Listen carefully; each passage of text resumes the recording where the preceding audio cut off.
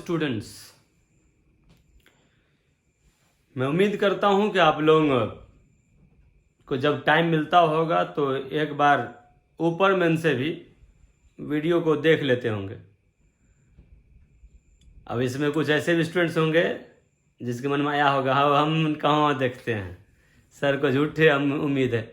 अरे भाई, मैं उम्मीद रखता हूं कि आप बेहतर काम करते होंगे। मैं आपके बेहतर काम का मैं उम्मीद कर रहा हूं। अगर आप नहीं कर रहे हैं वो काम, आप समझ रहे हैं कि अब कोई ऑप्शन अभी है नहीं, कम से कम ये भी तो हो, और आप ये भी नहीं कर रहे हैं तो आपका लिंक टूट जाएगा धीरे धीरे, और बाद में उसको रिकवर करने में आपको ही परेशानी होगी।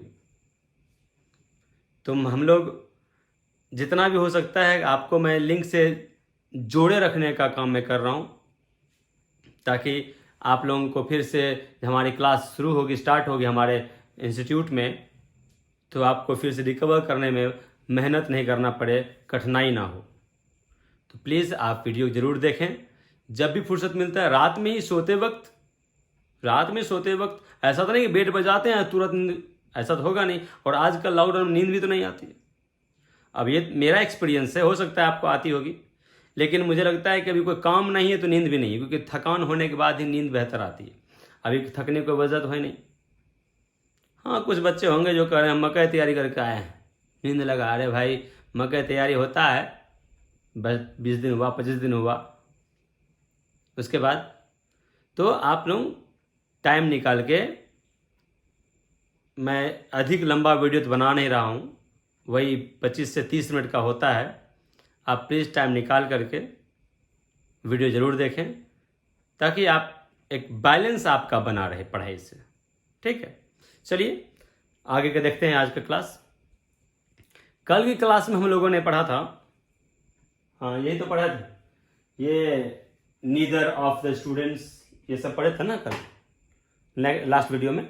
तो मैंने आपको बता दिया था कि ये सब का सब आपका सिंगुलर होता है, और सिंगुलर नाउन लेता है, सिंगुलर वर्ब लेता है, और यदि ऑफ का प्रयोग बीच में हो गया तो नाउन हमेशा प्लूरल होगा, लेकिन वर्ब सिंगुलर ही रह जाएगा, क्योंकि वर्ब आता है सब्जेक्ट अनुसार, सब्जेक्ट अकॉर्डिंग, और सब्जेक्ट इसका ऑफ के पहले वाला कहलाता है ना। दो वर्ड के बीच में ऑफ रहे तो फर्स्ट अकॉर्डिंग वर्ब आता है, क्योंकि ये सब्जेक्ट हो जाता है। यहां तक हम लोग हो गया था हम लोग का। अब देखिए इसी में अगला रूल,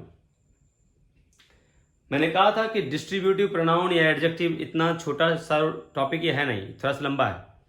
इसका अगला रूल हम लोग समझते हैं। ये कंपटीशन में प्राय पूछे जाते हैं। कोई भी कंपटीशन आप फेस करते हैं, अगर एसएससी का हो या बैंकिंग का हो, सीडीएस हो या आपका एनडीए हो, तो आपका इसमें से सवाल होने की चांसेस अधिक होती है, क्योंकि स्टूडेंट्स इसमें कंफ्यूज अधिक करता है। प्लीज बारीकी से पढ़िए, मैं चाहूंगा आपको बारीकी से समझाऊं। इसे देख लीजिए।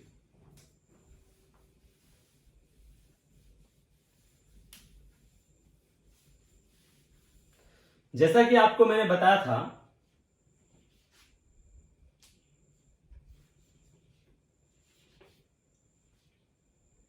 नीदर एनीवन, ये सब आपको लिखा था मैंने, each, either, neither, anyone, everyone, no one, जो भी है, ये सब कैसा होता है, सिंगुलर या प्लूरल? सिंगुलर होता है। अब देखिए थोड़ा दिमाग लगाइएगा। मैंने आपको ये भी बताया था कि ईच का प्रयोग कितनों के लिए होता है, ईदर का प्रयोग कितने के लिए होता है, नीदर कितने के लिए होता है। ये होता है दो या दो से अधिक में से प्रत्येक, ये होता है दो में से कोई एक की बात, ये होता है दोनों में से कोई नहीं, दोनों में से, तीन में से नहीं, दोनों में से कोई नहीं, ये होता है तीन या तीन से अधिक में से कोई एक, ये होता है तीन या तीन से अधिक में से प्रत्येक, और ये होता है तीन या तीन से अधिक में से कोई नहीं। तो ये सब मैं आपको लिखाया था उस दिन हिंदी में आपको लिखाया था। तो अब देखिए उसका यूज फिर से होने वाला है। होगा कैसा, ये देखिए, कहेगा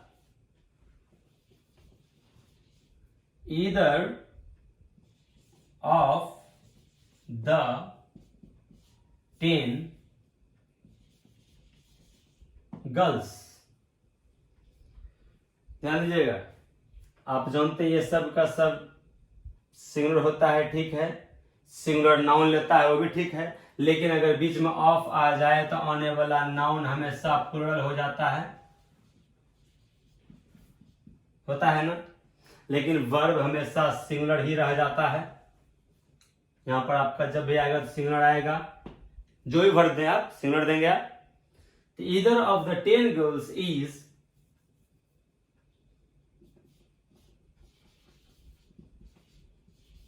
प्लेइंग इन द क्लास। देखिए जरा सा, either of the 10 girls is playing in the class. आप रूल के मुताबिक चलिए, जो रूल मैंने आपको कल बताया था, आपको लगेगा कि सही तो है, क्योंकि इधर आया है, इसमें से इधर आ गया है, आगे में ऑफ आया है, तो मैंने क्या कहा था, जब भी ऑफ आएगा इसका मतलब में से होता है। में से का मतलब हुआ कि अधिक में से, एक में से नहीं, तो आगे अधिक होगा ही, तो आगे 10 गर्ल्स है, 10 लड़कियों में से, 10 लड़कियों में से 10 है, तो यहां पर एक लड़की तो होगा नहीं, क्योंकि एक लड़की में से निकलेगा नहीं कोई और, एक में से निकलेगा क्या, नहीं ना, तो अधिक होना चाहिए यहाँ पर। तो आपको पता है जब ऑफ आता है तो यहाँ पर प्लुरल हो ही जाता है।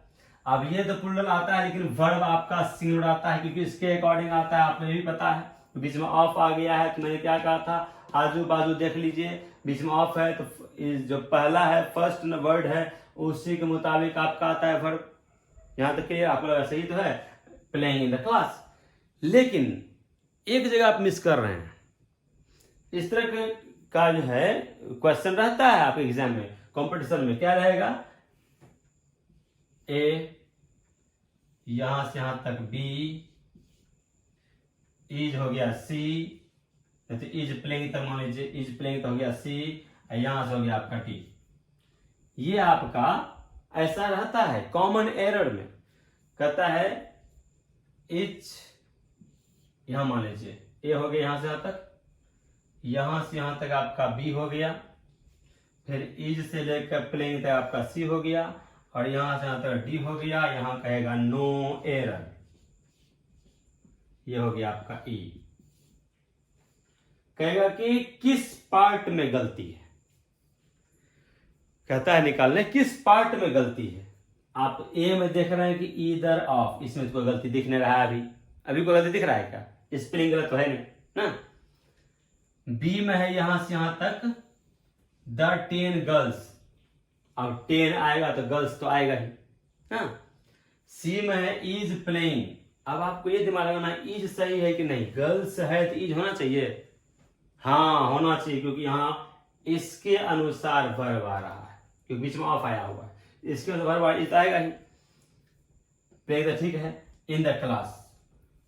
अब बताइए गलती कहां है, क्या अगर किसी में गलती नहीं है तो नो एरर, ई नंबर आंसर आएगा। अगर किसी पार्ट में ए में या बी में या सी में या डी में किसी में कोई गलती नहीं दिखा, तब आंसर होगा नंबर ई, नो एरर, कोई गलती नहीं। और अगर किसी में है तो वो नंबर बोलना है कि ए में है कि बी में है।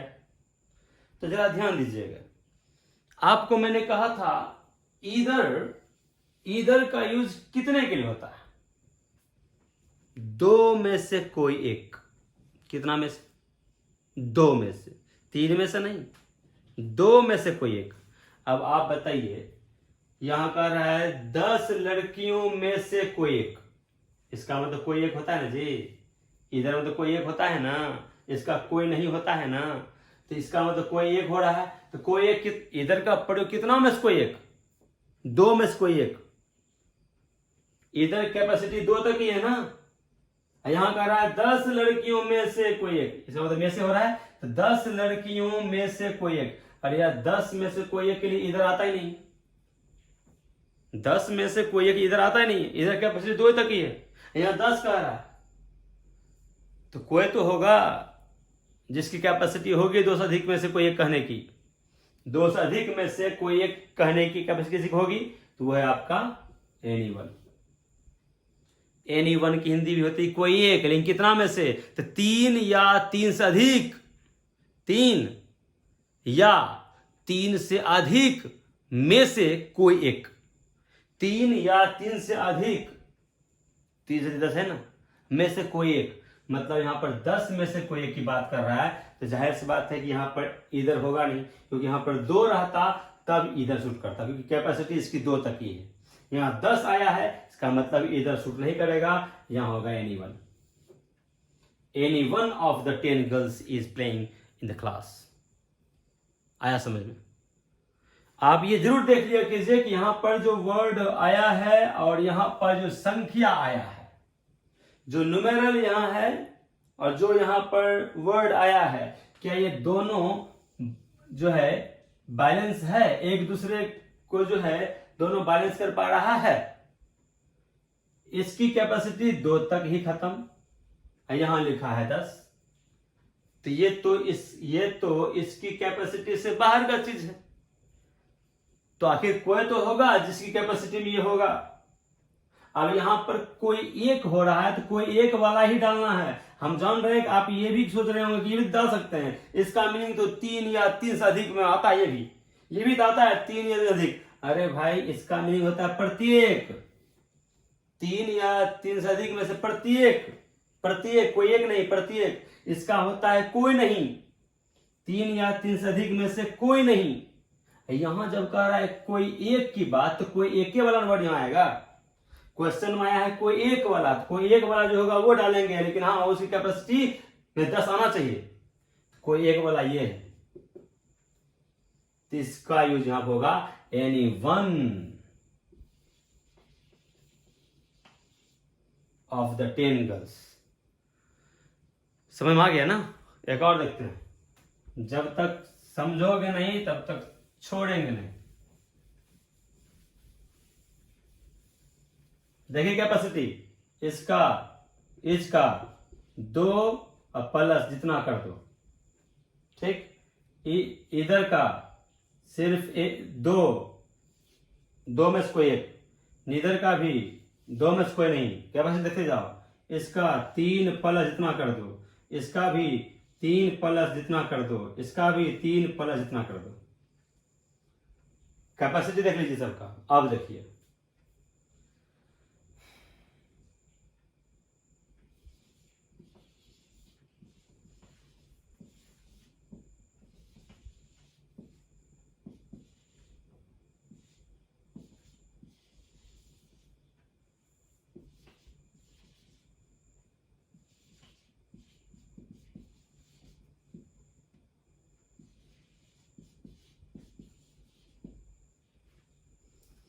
any one of the 2 boys has invited me to tea. Any one of the 2 boys, देख लीजिए जरा सा, any one of the 2, संख्या लिखते जाइएगा। अब यहीं पे दिमाग लगाइएगा, ये 2 और यहां any one, दोनों एक दूसरे को बैलेंस कर पा रहा है या नहीं? देखिए जरा सा, any one का कहां से होता है यूज? 3 या 3 से अधिक, इसमें 2 है ही नहीं, इसमें 2 है ही नहीं। एनीवन जो लिखा हुआ है इसमें 2 की बात ही नहीं हुआ है, 3 से शुरू ही होता है, इसमें 2 नहीं आता है। यहां पर लिखा हुआ है 2, तो क्या शूट करेगा एनीवन में? एनीवन स्टार्ट ही होता है 3 से। तो आप ये मत करना कि इसको 3 कर देते, अरे भाई इसको मत बदलो, वहां पर 2 लड़का है, तीसरा लड़का कहां से लाएगा? यहाँ 2 ही लड़का है, इसको 2 ही रहने दो, बदलना इसी को होगा, इसके अकॉर्डिंग इसी को बदलना होगा। तो एनी वन का मतलब क्या होता है? कोई एक, एनी मतलब कोई, वन मतलब एक, तो एनी वन मतलब कोई एक। कितना में से कोई एक? तो 2 में से कोई एक, तो 2 में से कोई एक है। देखिए इधर का मतलब होता है ना 2 में से कोई एक, इधर मतलब 2 में से कोई एक। यहां पर क्या आएगा? इधर।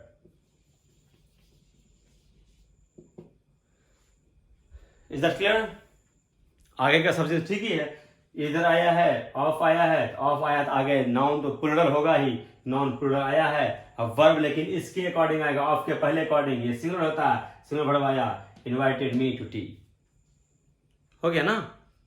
अब आगे देखिए, अब इस तरह से आप देख लीजिएगा। आगे कोई भी सेंटेंस है, आपको क्वेश्चन आएगा तो देख लिया कीजिए कि यहाँ पर कितना है, क्या लिखा हुआ और इसकी कैपेसिटी कहां तक है, क्या उससे बात हुई कि नहीं हुई है, तो देख लीजिएगा। सबको देखना होगा, वर्ब सिंगुलर आया है कि प्लूरल आया है कि नाउन कैसा आया है, ये रूल आपको बताया जा चुका है। अब देखिए लौट के फिर से डिस्ट्रीब्यूटिव प्रोनाउन तरफ चलते हैं। अभी तो एडजेक्टिव पढ़ रहे थे, लौट के फिर से डिस्ट्रीब्यूटिव प्रोनाउन तरफ चलते हैं। देखिए मैंने क्या कहा था, ईच प्रोनाउन में आगे नाउन आएगा कि वर्ब आएगा? प्रोनाउन में आगे वर्ब ना आएगा, क्योंकि प्रोनाउन मतलब जो नाउन के बदले में आता है। ये खुद नाउन बदले में आया फिर नाउन थोड़ी देना होगा, अगर वर्ब होगा। जैसे कि आपका ही हुआ प्रोनाउन, तो ही के बाद क्या हम नाउन डाल देंगे, बॉय डाल देंगे? पॉसिबल है ये प्रोनाउन के बाद नाउन डाल दें? नहीं है, क्योंकि ये प्रोनाउन है तो आगे नाउन लेगा ही नहीं। आगे क्या लेगा, ही के साथ इज ना आता है, वाज ना आता है, आगे वर्ब ना आता है कोई भी। तो वैसे ये प्रोनाउन है तो आगे वर्ब आएगा ना। तो इच इज मान लीजिए हैप्पी लिखा हुआ है, सही है ना, क्योंकि आपका सिंगुलर होता है सिंगुलर वर्ब लिया है। यहां पर सब्जेक्ट काम कर रहा है, ये सिंगुलर होता है सिंगुलर वर्ब लिया है। ये उस दिन मैं बताया था, उस दिन मैंने बताया था आपको ये। लेकिन मैं आज फिर से क्यों लिखा रहा हूं, क्योंकि इसमें एक रूल और है। ये इसमें रूल ये है कि अभी ये सब्जेक्ट है तो सब्जेक्ट अनुसार वर्ब आ रहा है, लेकिन अगर इसमें कोई और सब्जेक्ट और आ जाए, यहां पर हम कर देते हैं वी। यहां मैंने कर दिया वी इच, अब यहां पे स्मॉल हो जाएगा, वी इच। अब आप क्या सोचेंगे, यहां पर अब जो वर्ब आ रहा है वो इच के अनुसार दें कि वी के अनुसार दें, ये सोचेंगे। तो आपको तो पता ही है कि जब भी वर्ब आता है तो according to the subject of the sentence ना, उस सेंटेंस का जो सब्जेक्ट है उसके अकॉर्डिंग ही आएगा ना। तो इसमें याद रखिएगा, जब भी यहाँ ईच इधर जो भी हो, उसके पहले अगर कोई सब्जेक्ट आया हुआ है, उसके पहले अगर कोई सब्जेक्ट आया हुआ है तो इसी सब्जेक्ट के अकॉर्डिंग आपका वर्ब आएगा। तो वी के साथ क्या आता है, आर आता है, तो यहां पर आर करना होगा हमें, वी इच आर हैप्पी। ठीक, इच के पहले, इच इधर निधर जो भी होगा, इसके पहले अगर कोई सब्जेक्ट आया हुआ है तो इसी सब्जेक्ट अकॉर्डिंग वर्ब आता है। ठीक है ना। हाँ, एक इसमें मन में एक सवाल आता है, अगर हम ऐसे कर दें आई इच, तब तो एम हैप्पी होना चाहिए। मैंने जैसे कहा आपको, इसके पहले जो सब्जेक्ट आता है, जो सब्जेक्ट आता है उसी सब्जेक्ट अनुसार वर्ब आता है। बिल्कुल सही कहा मैंने ये बात। तो उसी अकॉर्डिंग ये भी कर सकते हैं ना, ये जो इच यहाँ भी था, इच यहाँ भी है, इच के पहले यहाँ वी था, इच पर यहाँ पर आई है। जैसे वी के अनुसार यहाँ आर आया था तो आई के अनुसार यहाँ पर एम आना चाहिए, होना चाहिए ना। लेकिन ऐसा नहीं होता। आप पूछोगे क्यों नहीं होता, मुंह देखली वाला हाल हो रहा है, उसके साथ हुआ ऐसा नहीं हुआ। ये क्या हो रहा है, नेपोटिज्म हो रहा है क्या? हैं, जैसे सुशांत सिंह राजपूत के साथ नहीं नेपोटिज्म हुआ है, वही हो रहा है यहाँ भी, कि भाई वी के साथ आप अनुसार दे दिए, ऐस का नहीं दिए। तो यहां पर बात यह है, कारण यह है कि इच का मतलब क्या होता है बताइए। प्रत्येक, प्रत्येक ना। तो क्या मुझ में से प्रत्येक पॉसिबल है, मुझ में से प्रत्येक? आप ये सोच बताइए ना। यहां है हम लोग में से प्रत्येक, ये संभव है? हम लोग में से प्रत्येक, हम लोग मतलब 2 4 10 हैं, हम लोग में से प्रत्येक की बात हो रही।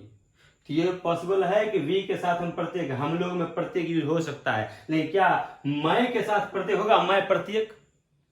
मैं तो मैं हूं यार, अकेला हूं, इसमें प्रत्येक कहां से? तो क्या यहां पर सिंगुलर पॉसिबल है? यहां पर कोई भी सब्जेक्ट ऐसा पॉसिबल है जो सिंगुलर हो? क्योंकि सिंगुलर अगर सब्जेक्ट यहां पर रहेगा तो उसमें से प्रत्येक हम कह ही नहीं सकते, उसमें प्रत्येक हम कह ही नहीं सकते। यहां जब भी आएगा तो प्लूरल सब्जेक्ट आएगा और उसी प्लूरल अकॉर्डिंग यहां पर वर्ब प्लूरल आएगा। समझ में आ रहा है ना। यहां पर मैं कह दूंगा, मान लीजिए कि ही इच, आप बताओ भाई ये कौन बात हुआ? ही में कितना आदमी, ही में कितना आदमी? एक ही ना। तो एक में से क्या प्रत्येक निकलेगा, होगा कभी? तो यहां जब भी आएगा तो प्लूरल होगा, यहां पर करना होगा आपको दे, उन लोगों में से प्रत्येक, ये हो सकता है उन लोगों में से प्रत्येक। अब उसमें से प्रत्येक भाई कैसे होगा? अब तुम्हारा भाई को अकेला है, मान लो एक भाई तुमको है, वो खड़ा है, तुम क्या कहो उसमें से प्रत्येक मेरा भाई है? अरे भाई की है ही, एक में प्रत्येक होगा कभी? अब वही आपको 4 भाई और है और 4 खड़ा है, तब आप कह सकते हैं उन लोगों में से प्रत्येक मेरा भाई है, ये कह सकते हैं। तो इसीलिए जब भी आप यहां पर यूज करेंगे डिस्ट्रीब्यूटिव प्रोनाउन के पहले अगर कोई सब्जेक्ट का यूज करते हैं तो that should be only in plural form, वो हमेशा सिर्फ और सिर्फ प्लूरल फॉर्म में ही होना चाहिए। ओके, तो यहां पर दे ईच आर हो जाएगा। ये गलत है ना, ये गलत है ना, क्योंकि आई के साथ इज पॉसिबल है क्या? मुझ में से प्रत्येक, मैं प्रत्येक पॉसिबल है नहीं, हम लोग में से प्रत्येक या हम लोग प्रत्येक, हम लोग प्रत्येक या हम लोग प्रत्येक हो सकता है, मैं प्रत्येक नहीं हो सकता। समझ पा रहे हैं ना? आगे देखिए,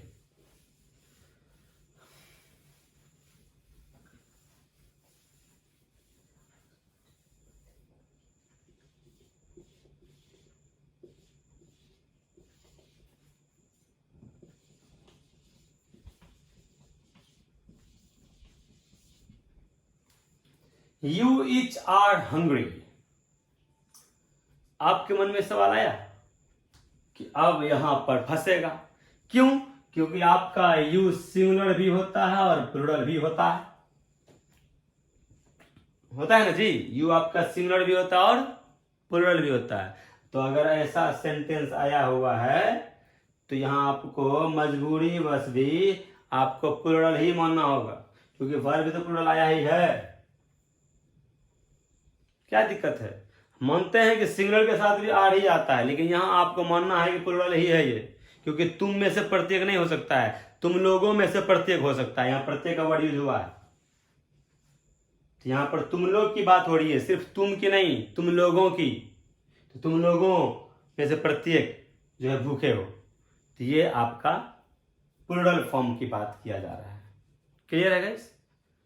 चलिए आगे देखिए,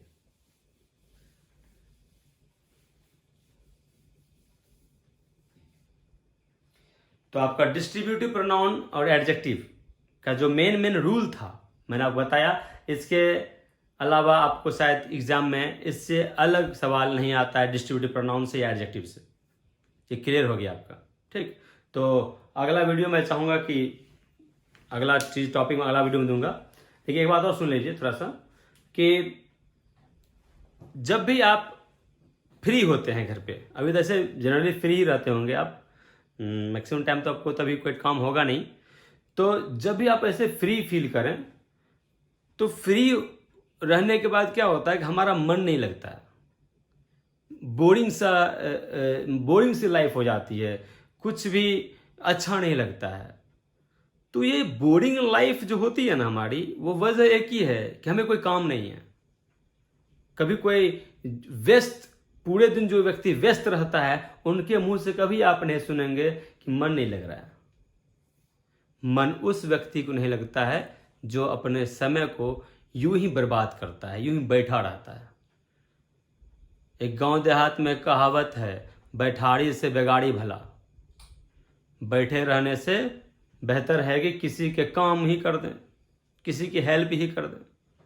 इससे 2 फायदा है, एक तो आप उनको हेल्प किए, उनका काम हो गया, उस बेचारे को हेल्प मिल गया, और दूसरा आपके समय का इस्तेमाल हो गया। हाँ, ये तब करना जब आपका कोई अपना काम नहीं है, तब मैं कह रहा हूँ बैठाड़ी से बेगाड़ी वाला, मतलब बैठे हैं तो किसी के काम आ जाते हैं। हाँ, something is better than nothing होता है ना, कि कुछ नहीं करने से कुछ तो करें। तो आप ये वीडियो देखिए, या आपके और भी टीचर्स जो आपको वीडियो दे रहे हैं, प्रोवाइड कर रहे हैं, प्लीज़ उनको देखिए और अपने आप को इंगेज रखिए ताकि बोरिंग फील ना हो। और एक चीज़ और सबसे इम्पॉर्टेंट बात है ये कि इस लॉकडाउन में मैं ये कहूँगा थोड़ा सा कि एक्सरसाइज भी किया कीजिए। एक्सरसाइज करने से आपका सेहत भी सही रहेगा, साथ ही साथ आपका ब्रेन भी हमेशा एक्टिव रहेगा। जितना दिन तक आप अपने ब्रेन का यूज़ नहीं करेंगे उतना वो नहीं कहता चमड़ी मोटा हो जाना, मोटा दिमाग हो जाएगा। इसलिए ब्रेन का भी इस्तेमाल होना चाहिए। आप एक्सरसाइज भी करिए, नहीं कोई काम है तो थोड़ा दौड़िए, सुबह सुबह टहलिए, थोड़ा स्पीड में टहलिए, या अभी तो और भी ज़्यादा काम है, तो शाम में खेल लीजिए, कुछ ऐसा गेम जिसमें दौड़ना हो। ठीक, तो एक्सरसाइज भी ज़रूरी है आपकी फिटनेस के लिए, क्योंकि अगर आपका शरीर अगर फिट रहता है तो आपका ब्रेन भी फिट रहेगा।